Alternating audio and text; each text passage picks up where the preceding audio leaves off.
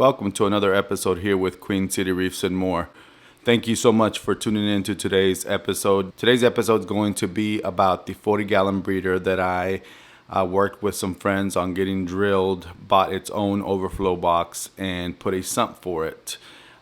This is, I think, from the poll that I did a few weeks back, this is, I believe, the one that was voted for the most. Don't worry, the other ones will come. I just figured I'd get an idea of what y'all wanted to see next. That being said, I know it's been a few weeks since I've posted any long videos. I've done nothing but shorts, but it's just been a very busy time for me. Mentally, physically, emotionally, family-wise, softball starting off this week, and so I'll be busy with that. And so I'll try to put as many videos as I can out, but I just don't know if I'll be able to do weekly. But definitely stay tuned. Definitely, stay subscribed. I will definitely not leave y'all without letting y'all know that I'm gone for good, which I doubt it would happen anytime soon. That being said, let's get into the video.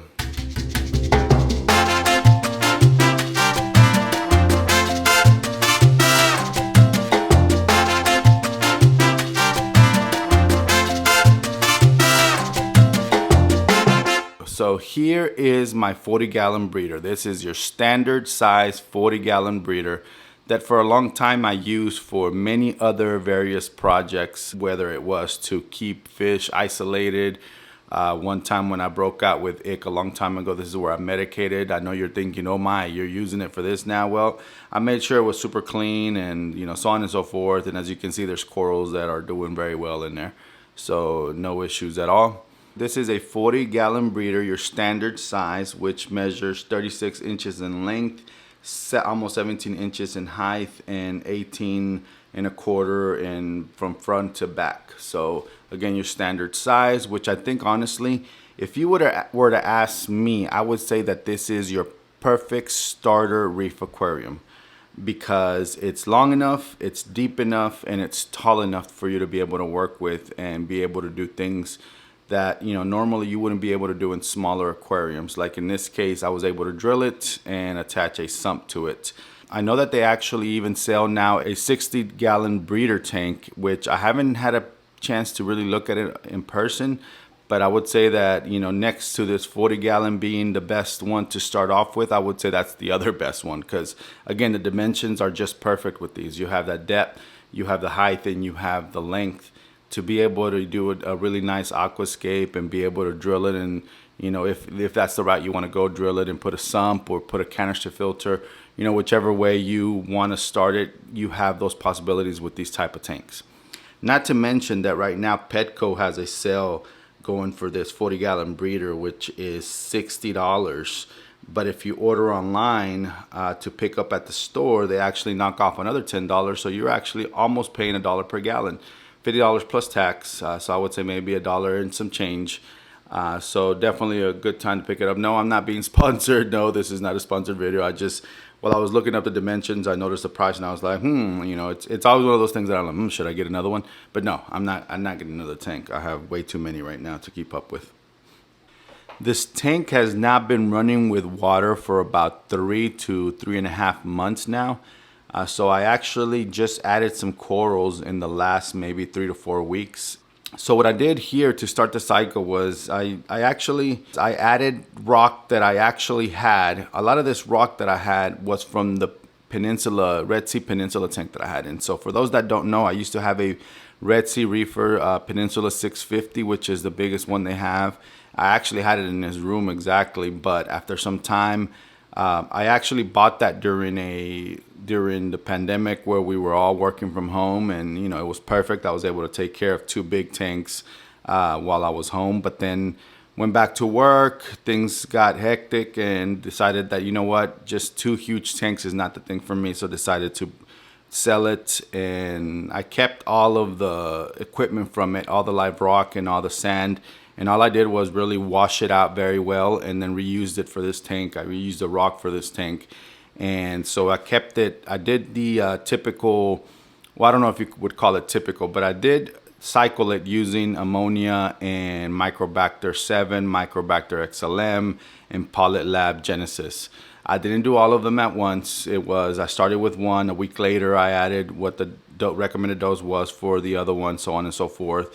And then with the Genesis, I actually, being that it took longer than expected to add corals, I was just doing the daily recommended dose for the Polyblab Genesis bacteria that they sell, so that I can make sure that there was always bacteria in there. So whenever I was ready to add coral, then I did. And so here we are today, 3.5 months later, where I finally added most of the torch corals that I have. There is 1 or 2 more that I need to move over, but this, for the majority, is what I have. And so the plan for this tank really is going to be all LPS. Now, I don't think I could fit all the LPS that I have, but my thought process is to really bring all the torch corals here and all the hammers here.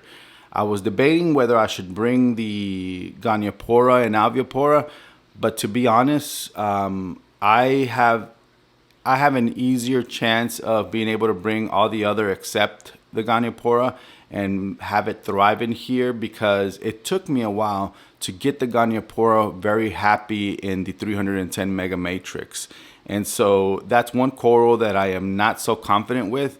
Therefore, I'm going to leave it where it's thriving and not mess with it. So for now, I'm going to bring just the torch coral, the hammer coral, and if I still have space after that, I'll bring in any other LPS that I have, so that I can fully establish this tank with nothing but LPS, especially the wavy type, right? I think that would be pretty cool. So the rock that you see in here is all Carib Sea rock, which I truly like. I mean, I've seen so many other in the market. I don't think you could really go wrong with any of them. There's so much competition out there to talk about how their rock is the best, this and that. I honestly don't understand it. Just see if you like the shape, the color, the porosity, and if you do, then absolutely go for whichever one. I don't think you'll go wrong. At the end of the day, all of it is dry rock. All of it, you have to seed it, and you have to go through the ugly stages. As you can see, there's some ugly stage going on in here right now. But I just don't think there's going wrong with dry rock, right? Carib Sea is a known brand. Marco Rocks is another known brand. Then you have Tropic Eden is a known brand. I don't think that any of these known brands are going to be the wrong choice for you, right? Now, I don't think you should go buying any rock that you see on Amazon or anything like that that is not from a known brand, unless you have friends that have taken that chance and have been able to tell you, hey, it worked out for me, and you trust them, then go for it. But aside from that, I don't think you can go wrong. I like all kinds of rock. As a matter of fact, I actually, I don't know why, don't ask me why, but I like having extra rock on hand. So since we've set up so many tanks in here, we've run out of extra rock that we had. And so I decided to pull the plug on the Marco Rocks that they now started selling what they call the perfect mix, and they sell it in, I think, 20-pound and 40-pound mix, where you get all kinds of shapes and sizes in it. I haven't opened that box yet because I've been wanting to do an unboxing to show you what it looks like, what pieces I got, how it came packed and all that. I just figured it'd be neat to get my live reaction, while I do that unpacking. So that's a video to come soon as well, if that's what you're interested in. If not, completely get it. I'm still gonna do it. That being said, so I have that rock, which is completely different than what I have here in my Red Sea Reefer E260 Max, which will be a future update.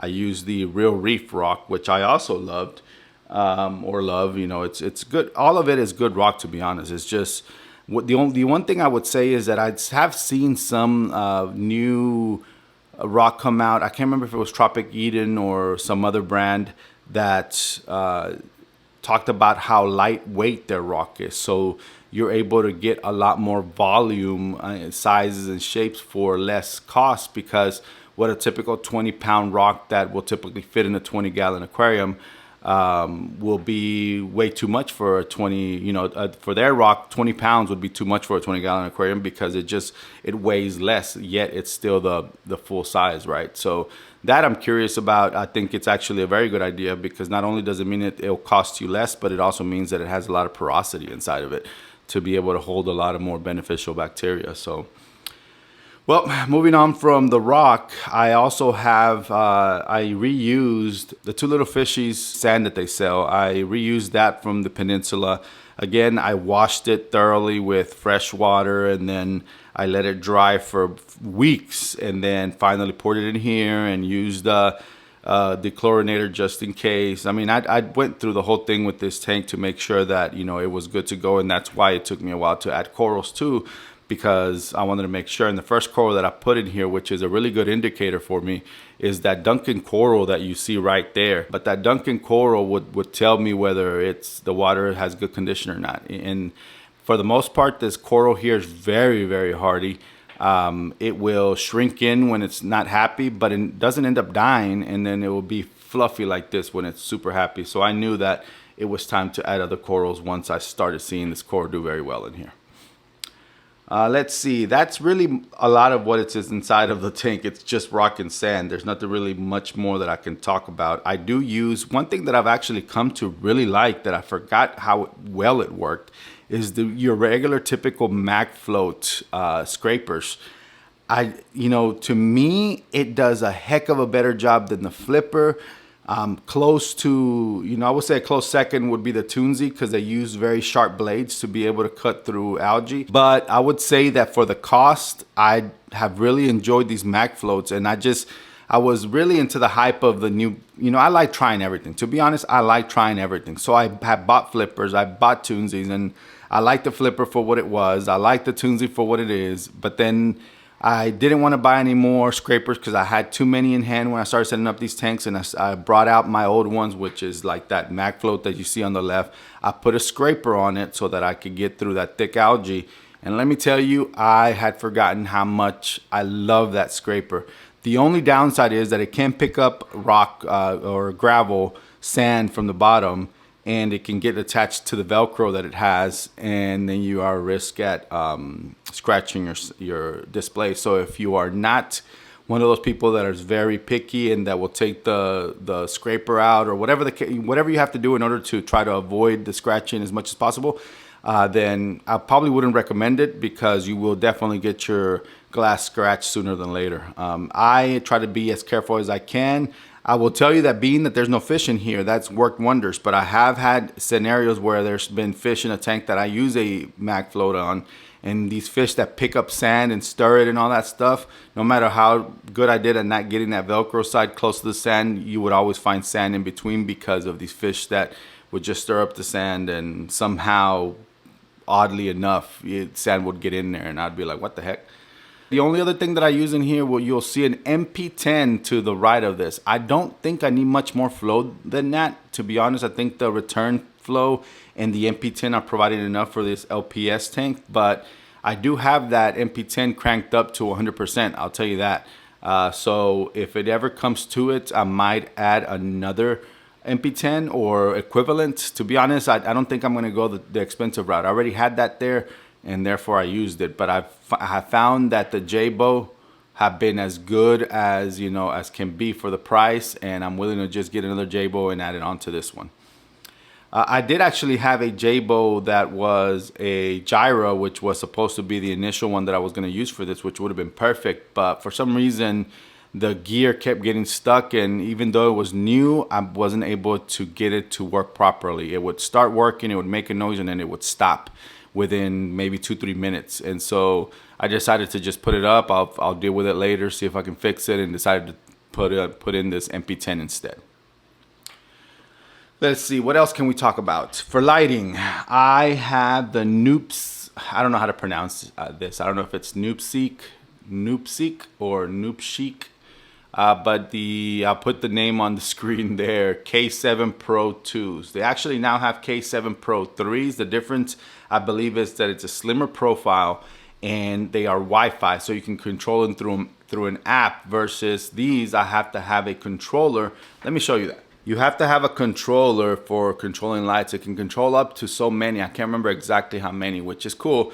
But this controller itself costs you $60. Now, I got lucky with a gentleman that was getting rid of this one on the right because it was having flickering issues, and while setting it up, it did give me flickering issues. It hasn't had those issues yet, but I'm afraid that it might start, because after measuring par in here, I noticed that it's on the low side, low hundreds, and so I do want to bring it up to 250s, and I'm thinking that at that point the power supply that he was using with it was not adequate for it, so I might have to just get a different power supply that's a little bit more powerful.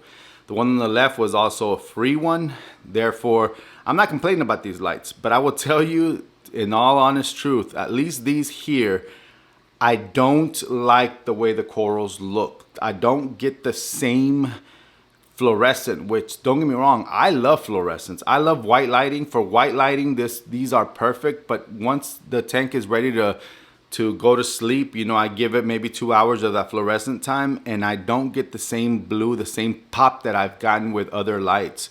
Like, you know, one of the lights that I love the way the corals look under blues is, you know, believe it or not, is the Night Cruise. I have the Night Cruise with the 2 pucks, and the blues on those make corals look absolutely awesome. But then you have your AIs, Hydra HDs, and then your Radion XR15s that I use on my other tank, and those also create a really nice pop. So these is one that I'm not satisfied when it comes to the color. As far as par, it produces par. So right now I want to say that I have it, let's see. I have it around 50 to 60%, and it creates that 100 to 120 par right at the middle right there. So definitely has a lot more room for more punch, and I'll be working on that. And because I definitely don't want to buy new lights, at least not yet. I'm looking for a sponsor. I've talked to a few people, but none of them have pulled the plug, and I know it has to do with the little subscribers that I have, which is fine. I mean, at the end of the day, I'm not here to gather free equipment from just anyone. I've actually reached out to people that I've heard really good things about when it comes to other tanks, and I was curious to be able to test their product and definitely sponsor it and let y'all know how good it is, if it is good lights, right? That being said, I think honestly that is all I have to talk about on this tank today. We can definitely bring, I think I've already gone a little too long with this video, so I'm gonna skip the equipment part, and I'll bring the equipment part on the next one. So for now, I will say that I appreciate you all, appreciate you that have been watching me for quite some time. Those that had just tuned in, I hope this was enough for you to decide that you'd like to subscribe to this channel. I hope you hit that like button, and I hope you leave a comment below if you have any questions or any comments or any feedback on this tank. All right, I'll catch you all on the next one.